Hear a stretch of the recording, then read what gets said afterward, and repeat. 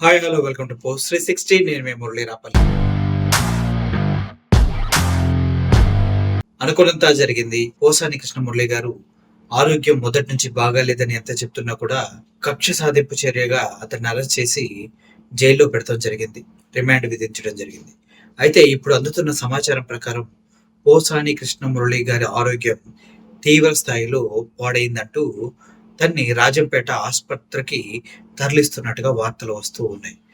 పోసాని కృష్ణమురళి గారు తన ఆరోగ్య రీత్యా, తన కుటుంబ నేపథ్యం రీత్యా రాజకీయాలకు దూరంగా ఉండి గతంలో చేసినవన్నిటికీ క్షమాపణ చెప్పి బేషరతుగా రాజకీయాలకి, రాజకీయ పార్టీలకి అన్నిటికీ రాజీనామా చేసి వెళ్ళి మరీ తన ప్రశాంతమైన జీవితం గడుపుతూ ఉంటే, కక్ష సాధింపు చర్యలలో భాగంగా, డైవర్షన్ పాలిటిక్స్‌లో భాగంగా పోసాని కృష్ణమురళి గారిని తీసుకొచ్చి అరెస్ట్ చేసి కేసుల మీద కేసులు పెట్టి తనను మానసికంగాను, శారీరకంగాను వీక్‌గా ఉన్న విషయం తెలిసినప్పటికి కూడా ఆ విషయాన్ని పక్కకు జరిపి కేవలం అంటే కేవలం గతంలో జగన్మోహన్ రెడ్డి గారి తరపున నిలబడి మాట్లాడినందుకు గాను తనని జైల్లో నిలబెట్టి, కోర్టులో నిలబెట్టి 5 సంవత్సరాల లోపు శిక్ష పడే కేసులకి దేనికైనా కూడా బెయిల్ వచ్చేటువంటి అవకాశం ఉన్నప్పటికి కూడా తనకి బెయిల్ ఇవ్వకుండా తనకి రిమాండ్ విధించి 14 రోజులు జైలుకి పంపించినటువంటి సందర్భంలో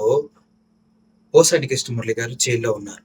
ఇప్పుడు ఆయన ఆరోగ్యం తీవ్రంగా పాడైందనేటి సమాచారం వస్తూ ఉంది. ఎందుకు ఇలా చేస్తున్నారు? పోసాని మురళీకృష్ణ గారికి నిజంగా ఏమన్నా జరిగితే వైఎస్ఆర్‌సీపీ పార్టీయే కాదు, టోటల్ ఆంధ్రప్రదేశ్ మొత్తం కూడా తిరగబడుతుంది, ఉద్యమిస్తుంది, న్యాయ పోరాటం చేస్తుంది. దీన్ని దృష్టిలో ఉంచుకొని రాజకీయ పార్టీలు, కూటమి ప్రభుత్వం కానీ, టీడీపీ కానీ, చంద్రబాబు నాయుడు గారు కానీ, లోకేష్ గారిని, చివరికి పవన్ కళ్యాణ్ గారికి కూడా తీవ్రంగా చెప్తూ ఉన్నాం. పోసాని కృష్ణమురళి అనే వ్యక్తి రాజకీయాల్లో లేడు. అయినా మీరు కక్ష సాధింపు చేస్తూ ఉన్నారు. ఆయన ఆరోగ్యం రీత్యా ఏమన్నా ప్రమాదం జరిగితే రాష్ట్రం గ్యారంటీగా అల్లకొల్లాలం అయిపోయే పరిస్థితి అయితే ఏర్పడుతుంది. దయచేసి పవన్ కళ్యాణ్ గారికి, దయచేసి అందరికీ ఒకటే విజ్ఞప్తి, పోసాని కృష్ణమురళి గారు బాగుండాలని కోరుకోండి. లేదంటే చాలా తీవ్ర పరిణామాలు చోటు చేసుకుంటాయి. Thank you for watching this video. Murali signing off. Thank you so much.